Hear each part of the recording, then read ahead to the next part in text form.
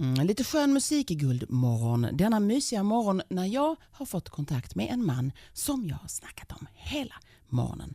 Han heter Jeff Malone och just nu sitter han faktiskt i Los Angeles. Good morning, Jeff Malone, because I guess it's morning at your place right now. It is morning at my place right now here in Los Angeles. Thank you. Good morning, Jeff. Happy to be here. Very happy to be here. First of all, I know that you are coming to Sweden, and I know that the thing that you are working with is very interesting, but I'm not sure that my listeners know so much about you. So I would love you to start to tell me who you are and what you do. Well, thank you. Thank you for that opportunity. I am the executive director of the Ford Institute for Integrative Coaching. We train people around the world. I've been doing that for the last 10 years. Jeff Malone was a very successful businessman. I was highly educated. I got an MBA from Stanford. I went out and I worked in the organizational development field and then went on to work with major corporations in a number of senior executive positions for years and years, including doing some management consulting, and just ended up at a point in my life where I just felt like I wasn't making a contribution and I wasn't doing what I wanted to do, and I really ran into some rough times, very difficult times. You didn't feel well inside. Is that what we're talking about? You felt that something was missing and something was wrong? Well, it was both problems on the inside and problems on the outside. I had some real difficulty with the business I was having, and my relationship with my family was just in a mess. I was going through a divorce. My children were in trouble. Just about every aspect of my life was really having some difficulty. And I was highly successful, business-wise. Everything was going really well, but I wasn't happy and nothing was working. Can I ask you in what age? How old were you then when this happened? I was probably 49, 50. Okay. By all standards, I was living the great life. I had what everybody wanted, but I didn't. And I started looking. Yeah.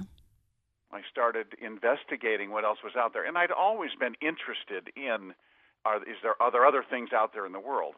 Okay. But I started looking for something that I could use both in my work and in my life. And I came across Debbie Ford, who at that point had written one book that had been a huge bestseller in the United States and was slowly but surely making its way around the world, called The Dark Side of the Light Chasers. And I went to a workshop that she had. In reality, I went grudgingly. I was not interested. A friend of mine made me go and said, you need to do this. And I just didn't want any more transformational work, any more people trying to sell me a program or convince me that I needed to do something to make myself better. And I went to this workshop, and I can remember I sat in the back and with my arms crossed, and you're not going to get to me. And exactly. I mean, within a couple of hours, I was sitting on the front of my chair going, whoa, who is this person and what is this work she's doing? And by the end of the 3-day workshop, I was begging her if I could join a training program she already had started, and I was late in joining, and she allowed me to join. And within 3 months, I was on staff, and I've been running the Institute ever since. Oh, that's so interesting. You have to tell me, what exactly do you think yourself it was that made you get so into this? Could you point out? Do you think? I can. I'm so excited. It's why I travel the world. Of course, speaking. Of course, that's true. So, that I realized, and in spending that first weekend with her, and all the subsequent years of doing this work, that what's missing in the world is that we say we want self-love. We say that we want to care about ourselves. We say that we want so much to understand ourselves, yet there are parts of ourselves that we cannot be with. Every single person I know has shadows, parts of themselves that they can't be with, and those parts run them. Those parts of them, if you can't be with your dishonest self, if you can't be with your angry self, if you can't be with your fear, if you make those, or your dependent or your needy self, because we all have that, we all are that. If you can't be with it, you're stuck. You spend your life compensating, avoiding, adjusting, and never really living authentically and real. That's so interesting, because what I think when I read about these things you do, it's exactly that. It's not like you try to how do you say, to get rid of these things. It's kind of more to accept them, isn't it? Isn't that what it is about? That is totally the point. And here's the thing. How long have you tried to get rid of things? Years and years and years. How successful have you been? Not so good. They're not going away. No, that's true. So we have a choice. We can be at war with them and spend our life force doing that, or we can make peace with them and understand the gift they are in our life. And when I say that, what I mean is that the only time a quality doesn't work for us is when it's expressed in an inappropriate situation or time. Okay. Or inappropriate way. Anger is a perfectly natural emotion. It's not a bad emotion. It's a natural one. It needs to be expressed appropriately. Right, because what I was thinking there is about this thing about control, because I guess you have to be able to control things so it doesn't go over the edge, right? Well, maybe. Mm-hmm. I mean, like anger, for example. I mean, you can't be too angry, can you? Well, what happens with most people, because they've been told not to express it. When I grew up, in my household, if I expressed anger, I got hit. Right. I learned that it wasn't safe to express my anger very early on from my father.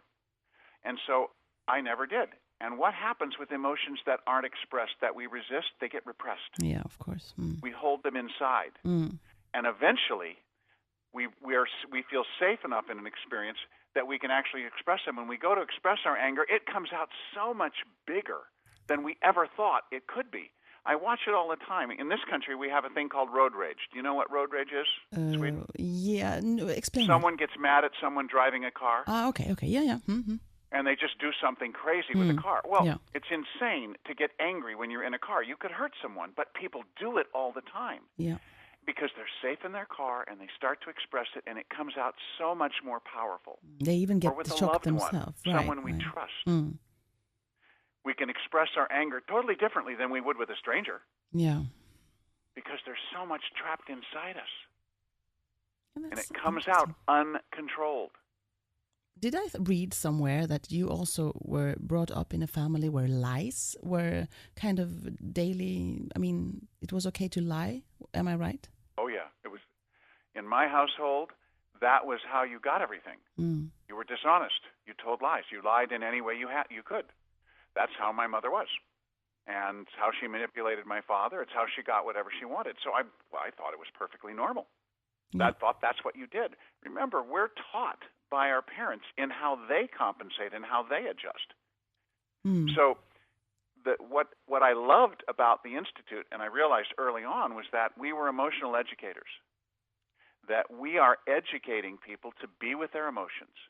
We're giving them the tools to express them appropriately, to not repress them, and we're having them embrace the full extent of themselves. That when we really get happy is when we can be completely authentic and real. And on this planet today, that is just not the way of life. That is just not what happens. There are so many cultural rules and individual rules on how we express ourselves, and people really don't know how to be in relationship. I think that's what we're going to talk more about in a little while, Jeff. Just this thing about relationships, because I know you have been married. Is it 4 times? I have been married 4 times. Well, we should talk about that in a little while. We just listen to some music first, and then more of Jeff Malone. Listen. Thank you.